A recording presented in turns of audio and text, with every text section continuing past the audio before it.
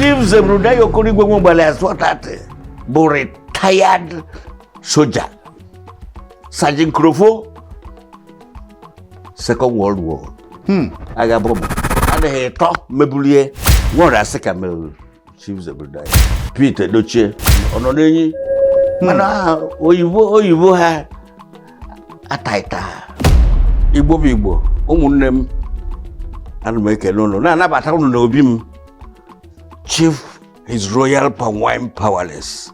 Chief the Honorable Zebrudaya IGBOMOVIES alias 430.